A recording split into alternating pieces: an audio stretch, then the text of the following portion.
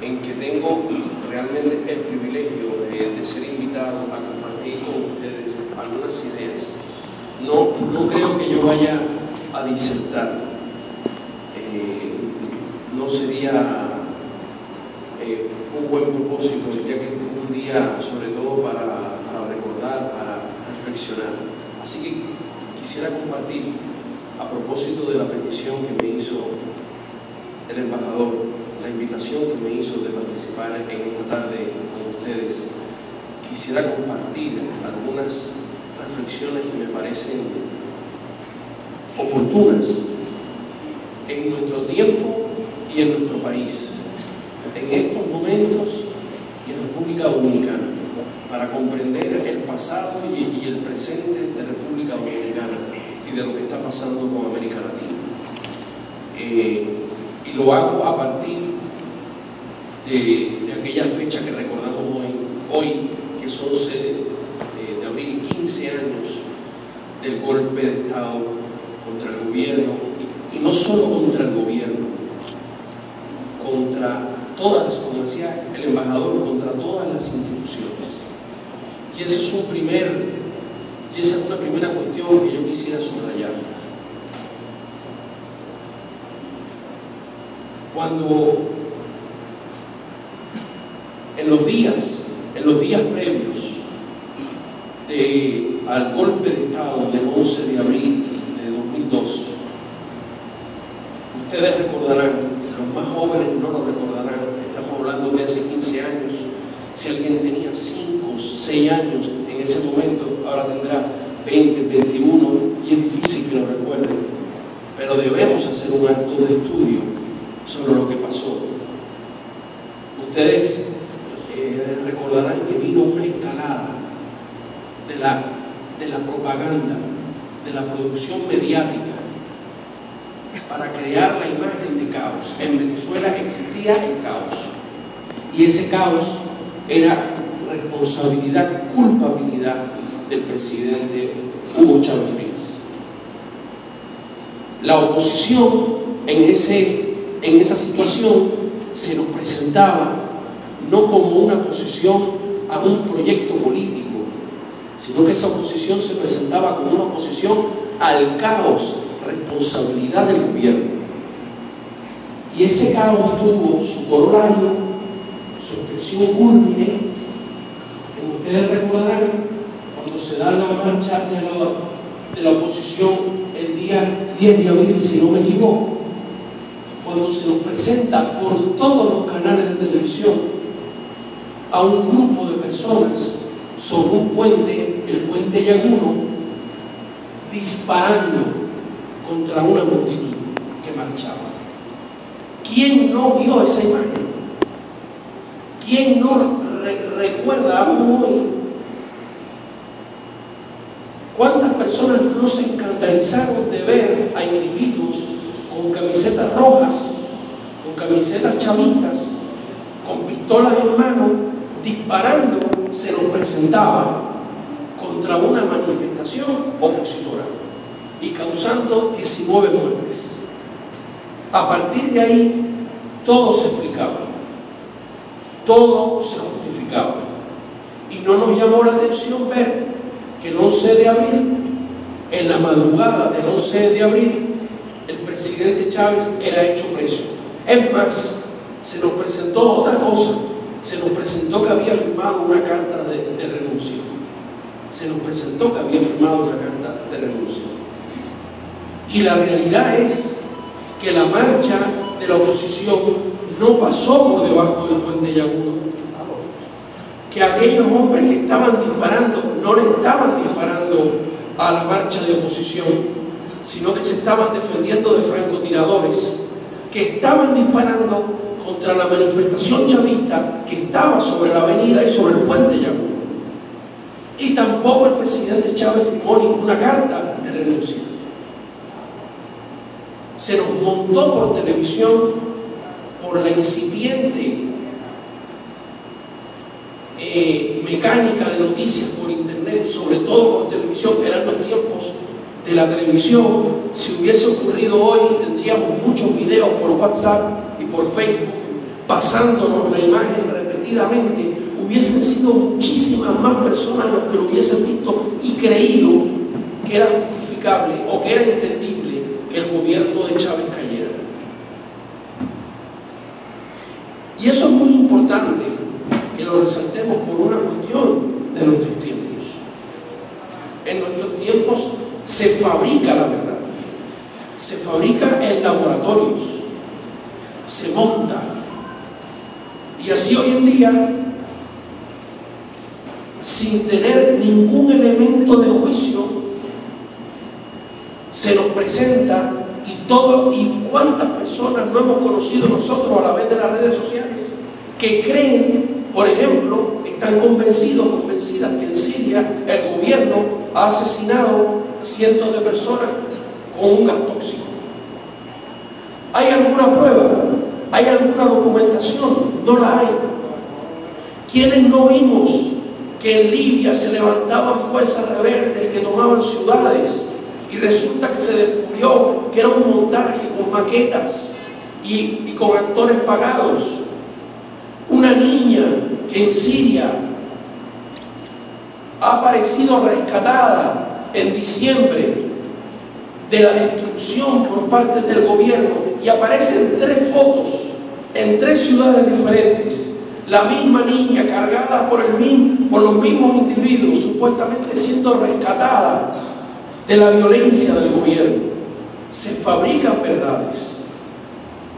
Y nosotros hoy tenemos, y eso ocurría, ¿cómo no va a ocurrir en los tiempos de Allende, por ejemplo?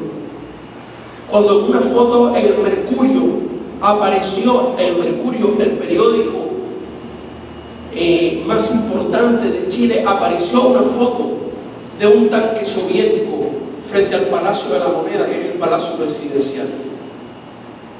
Claro, la CIA daba millones de dólares al Mercurio, y ya en Chile se empezaba con esos experimentos, pero no tiene la repercusión que tiene hoy, porque hoy en día existe la tecnología para hacerlo plenamente creíble, y existe la tecnología para difundirlo a miles de millones de personas al mismo tiempo.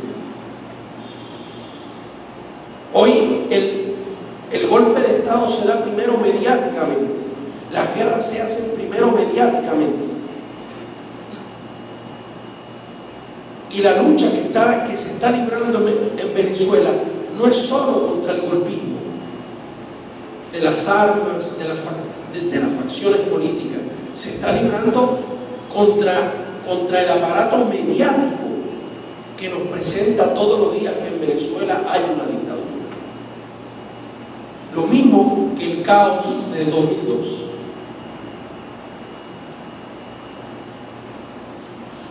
Y esto es muy interesante, y es muy interesante además que resaltemos cuál es la cuestión singular.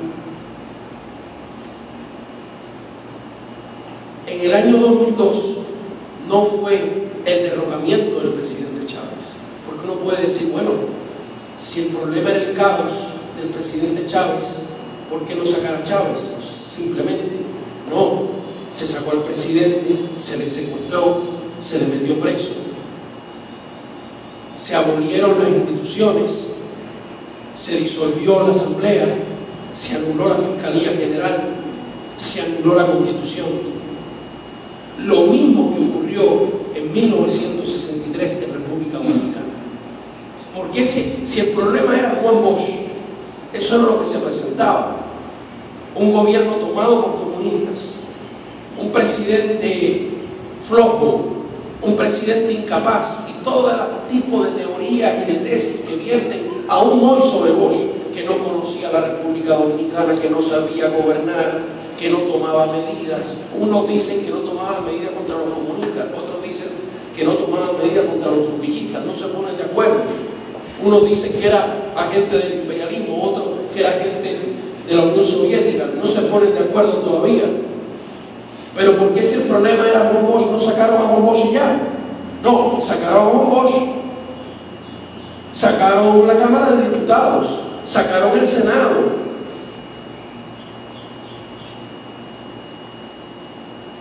Los partidos que habían perdido las elecciones pasaron a ser parte de los firmantes del golpe de Estado y anularon la Constitución de 1963. ¿Por qué, si el problema era Juan Bosch, asesinaron a Manolo en las Manacas? ¿Por qué? Si el problema era simplemente un mal presidente. No, es un golpe de Estado porque es la toma del poder. Es el rescate del poder político y del poder militar para seguir sirviendo a unas clases que dejan de ver sus privilegios protegidos. Y eso es muy importante como lección de historia para los dominicanos y para las dominicanas, que es un golpe de Estado, que se justifica siempre, y en Chile también, se justifica siempre con que el problema es el presidente. Yo repito, bueno, si el problema es el presidente, ¿por qué no se demanda una elección? O en última instancia, ¿por qué no se quita al presidente? Simplemente. No, se disuelve todo. Se asesina a la oposición, se la persigue, se destierran personas. Lo que hubo en República Dominicana fue una cacería. Aquí no se habla de la represión que hubo después del golpe de Estado de 1963. Aquí se habla todavía que el presidente Juan Bosch fue un exiliado. Cuando el presidente Juan Bosch no solamente fue hecho preso, sino que fue montado en la fragata Mella y sacado al destierro sin pasaporte. Y la fragata iba rumbo a las Islas Azores para dejarlo en la nada. Y un temporal los obligó a parar en Guadalupe, donde las autoridades francesas, gracias a la astucia de doña Carmen, la esposa de Juan Bosch, que logró rescatar de la casa los pasaportes del presidente electo.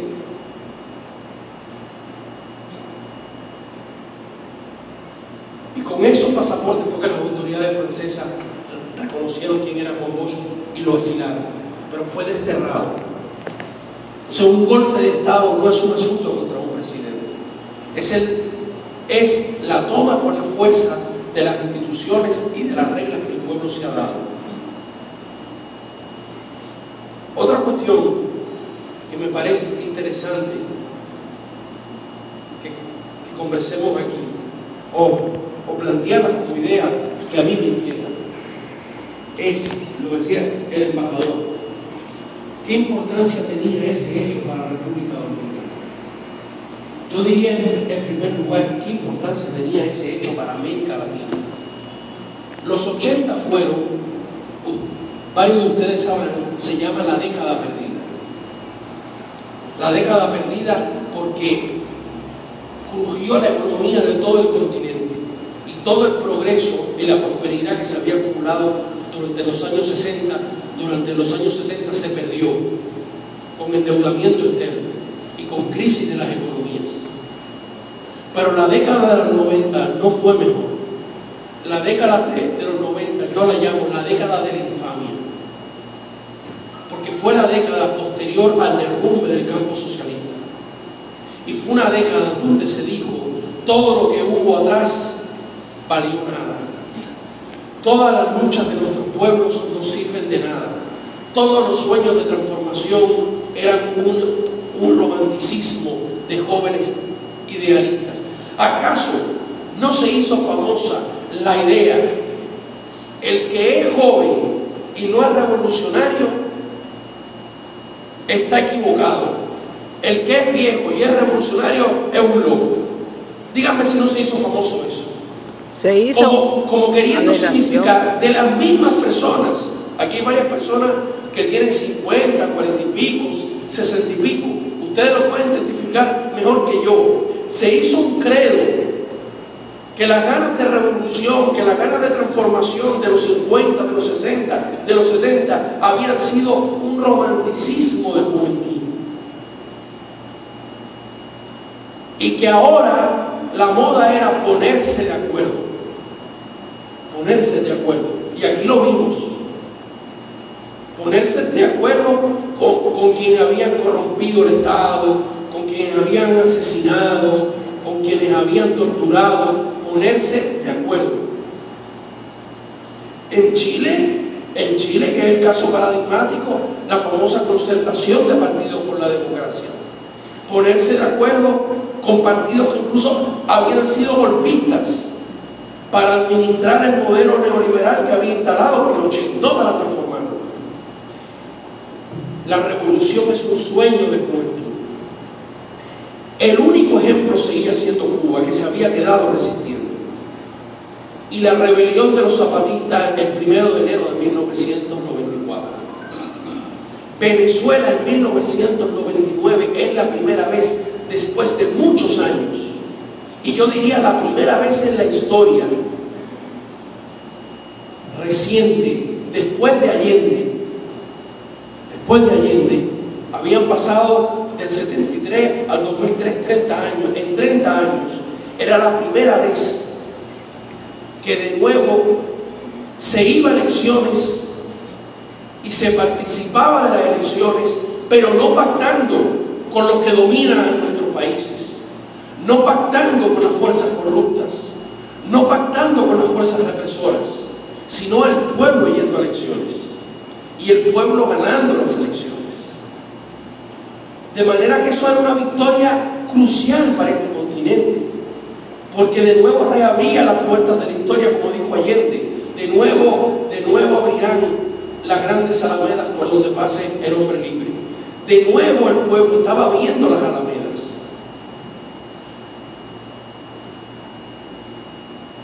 Entonces uno se ¿y cómo estaba la República Dominicana?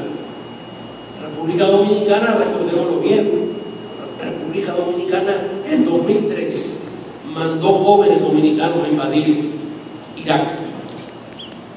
Mandó jóvenes dominicanos a invadir Irak con una mentira mundial, la misma mentira, que en Irak habían armas de destrucción masiva que todavía están buscando. Y en nombre de esa mentira, este país, invadido por Estados Unidos 2 veces, el gobierno de este país mandó jóvenes dominicanos acompañando a Estados Unidos a invadir Irak y a asesinar. Los jóvenes dominicanos no son parte de ese genocidio, menos mal, pero sirvieron de escudo a ese genocidio. Es infame, porque a República Dominicana en el año 65 le montaron una fuerza interamericana de paz y utilizaron militares de Honduras, de Brasil y de otros países para disfrazar la invasión yanqui aquí. Y resulta ser que en 2003 nosotros prestando jóvenes dominicanos que hoy están desamparados, maltratados, vejados. ¿Cómo volvieron eso? ¿Alguien se ha preocupado por esos jóvenes que volvieron de Irak después de ver un genocidio frente a sus ojos, tan lejos de su hogar?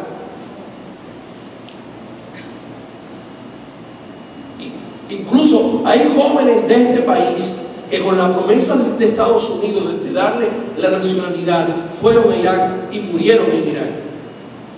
¿Haciendo qué? Matando a un pueblo inocente para asegurar el petróleo del imperio. Pero regreso. Así estaba la República Dominicana, dándole una condecoración, la condecoración de Duarte Sánchez y Mella a George Bush padre en una casa en la Romana. Así estaba este país. Se había pactado en los 90 con los represores y con los corruptores, y en el año 2002-2003 estábamos invadiendo Irak y entregándole medalla a un presidente yanqui en una casa de verano en la Romana, en casa de campo. Y estaba el plan del ALCA para anexionar todos nuestros países. Si en Venezuela no se hubiese recuperado la democracia y en Venezuela no se hubiese recuperado el mandato de Hugo Chávez, nosotros estaríamos mucho peor de lo que estaríamos, totalmente envilecidos, porque ese rescate fue la creación del ALBA, fue la creación de Petrocaribe, fue el desmonte del ALCA en la cumbre de 2005 junto al presidente Kirchner. fue la derrota de los afanes imperialistas de convertir a todo el continente en una gran colonia, disfrazada.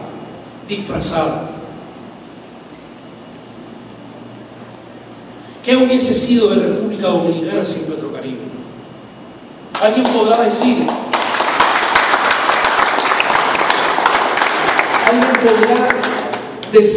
Petrocaribe se usa bien, Petrocaribe se usa mal, pero Petrocaribe está. Venezuela cumple con Petrocaribe.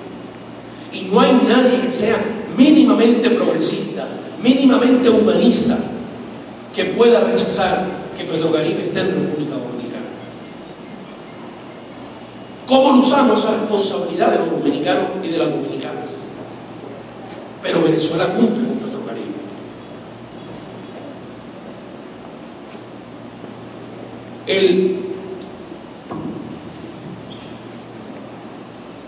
Y una cosa muy importante sobre esto, antes de pasar a la última idea que les quiero compartir, es lo siguiente. Se ha dicho infamemente que Petrocaribe es una compra de voluntades. Capriles no dijo que Venezuela regalaba su petróleo, que Venezuela lo regalaba.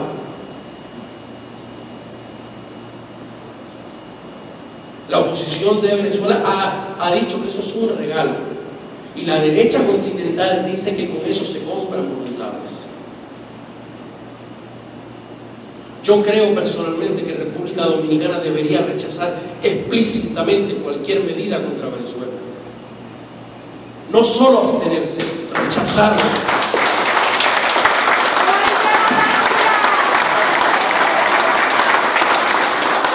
Pero no por Petrocaribe, no por la misión Milagro.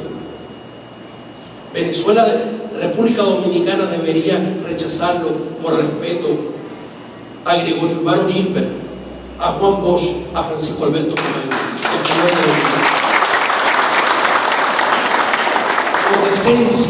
por decencia constitutoria, por ser un país invadido, por ser un país víctima de los golpes de Estado, por ser un país víctima del asesinato y de la persecución. Debería rechazar cualquier medida ilegal e ilegítima que se use para estrangular a un pueblo simplemente por el uso libérrimo de su derecho a elegir su destino político. ¿Cómo es posible que nos abstengamos frente a una exigencia de hacer elecciones? ¿Con qué derecho un país latinoamericano le exige a Venezuela que haga elecciones y que viole sus leyes? ¿O se abstiene frente a eso? Eso no puede ser. Eso no puede ser. Entonces, Venezuela, en segundo lugar, no nos compra las voluntades. Venezuela hace lo que todo país latinoamericano debería hacer para funcionar realmente como una patria grande. Lamentablemente, el proyecto de la moneda Sucre para el intercambio regional no ha tenido el desarrollo que debió haber tenido. Pero esa idea la planteó Bosch cuando en los tiempos de la conferencia de La Habana contra la deuda externa. Tenemos que tener una moneda de intercambio entre los países de América Latina, y los países de América Latina tienen que ser capaces de intercambiar sus productos, como Venezuela quiere hacer cuando dice: yo te doy petróleo, y en qué tú eres fuerte produciendo, pues págame con tus productos. ¿Por qué Chile le tiene que entregar su cobre a las transnacionales, cuando Chile debería permitir que nuestros países tuvieran todo el cobre que necesitarían para su conexión eléctrica? Y así con el gas, y así con el petróleo, con los productos de la tierra, con toda la producción. Nuestros países deberían intercambiar de esa manera. ¿Por qué sencillamente no participar con las reglas del mercado capitalista es comprar o intercambiar las voluntades? Yo sí conozco quien compra voluntades. Yo escribí hace unos días un artículo de los millones de dólares gastados por el Comando Sur, por la DEA y por la USAID entre 2013 y 2016. En 3 años solamente, millones de dólares. Y uno ve a los Estados Unidos decidiendo la política de este país y la política de nuestros países. ¿O por qué vota Honduras? ¿Por qué vota Guatemala? Porque Estados Unidos le dijo en 2015, yo le doy 750 millones de dólares de cooperación. Pero esos 750 millones de dólares están condicionados a que ustedes hagan reformas políticas, reformas institucionales, reformas militares. ¿Cuándo Venezuela nos ha pedido rendirle cuenta por una política interna? Jamás. Jamás. Como Cuba tampoco lo ha hecho. Como Cuba tampoco lo ha hecho. ¿Cuándo Cuba ha condicionado a una decisión política su ayuda humanitaria? Nunca. Ni en alfabetización, ni en medicina. Lo que pasa es que ellos hablan por ellos mismos. Ellos hablan por ellos mismos. Ellos hablan mirándose al espejo. Lo que dijo Marco Rubio nunca lo va a decir un dirigente venezolano o una dirigente venezolana. Nunca lo va a decir. Lo que dijo, porque así piensa el imperio. Que revisen cómo votan, porque si no se les acaba su ayuda, porque eso hacen con todos nuestros países. Entonces, mucho cuidado con la idea de que aquí todos hacen lo mismo, porque eso es lo que he instalado. Que Estados Unidos lo hace, Venezuela lo hace. No, aquí no todos hacemos lo mismo. Una cosa es solidaridad y otra cosa es el chantaje. Y la élite de Estados Unidos chantajea. Venezuela lo que aplica y que ejerce es solidaridad. Y una última reflexión que me parece muy importante para la historia. Yo leí una entrevista que me parece clave del presidente Chávez, que le realizó el periodista argentino Miguel Bonazo. Y es una entrevista que profundiza en los detalles del golpe de Estado de 2002. Y esa es una reflexión que tiene inmensa importancia para este país, con su historia. Porque a nosotros nos han dado una enseñanza y una pedagogía que aniquila nuestra capacidad de pensar.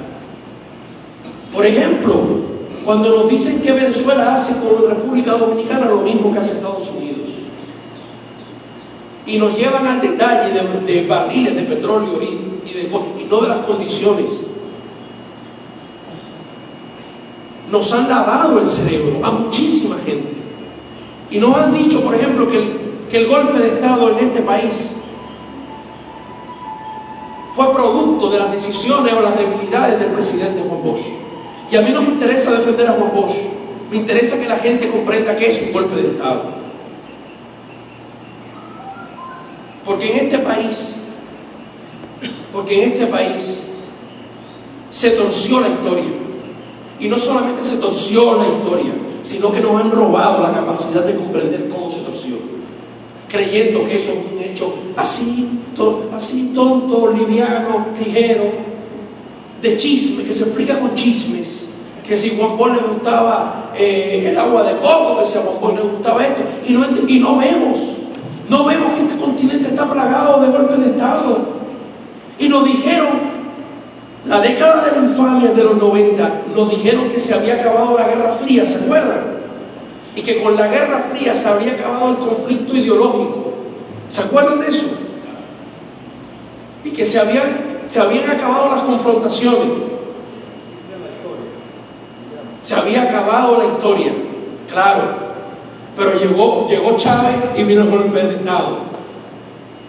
Llegó Zelaya, golpe de Estado. Llegó Correa, golpe de Estado. Llegó Lugo, golpe de Estado. Llegó Dilma, golpe de Estado. Mientras gobernaran los dóciles y los serviles, se había acabado la confrontación. No es que se había acabado, era un tema de docilidad. Y nuestra historia está llena de golpes de Estado.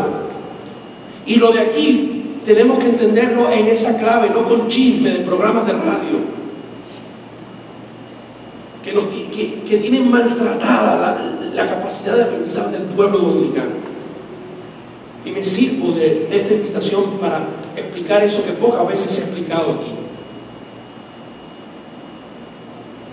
Se dice que el presidente Bosch fue un cobarde porque no enfrentó a los golpistas. Y para confrontar esa idea, lo que hay es que leer la entrevista a Hugo Chávez del periodista Miguel Borazo, editada en un libro de Le Monde Diplomatique, si no me equivoco, año 2005. Y en esa entrevista, ¿qué cuenta Chávez? En esa entrevista cuenta Chávez que estando preso, él no firmó ninguna carta de renuncia. Y se lo pidieron y lo obligaron y lo chantajearon. Si tú no la firmas, tú estás creando un baño de sangre. Y él dijo, yo no firmo cartas de renuncia. Y le llevaron, ¿fue el cardenal o el obispo de Caracas? Él, se lo llevaron para que, y él no firmó. Y en este país se ha dicho que Juan Bosch firmó una carta de renuncia, todavía la están buscando. Porque la única carta que hizo Juan Bosch la hizo preso y la pasó en el bolsillo, dentro del vestido de Milagros Ortiz Bosch. Y en esa carta lo que termina es con una línea: mientras tanto, aquí estamos dispuestos a seguir la voluntad del pueblo. ¿Qué cuenta Chávez en esa entrevista?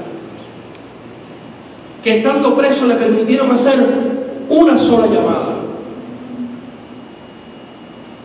Y esa llamada fue la que hizo a su hija Gabriela. Y a través de Gabriela Fidel se enteró de que estaba vivo. Pero lo importante que quiero contar, y a partir de ahí, y entonces Fidel hizo una rueda de prensa en La Habana, y con esa rueda de prensa el pueblo se enteró que Chávez estaba vivo. Y el pueblo salió a las calles y rescató a Chávez.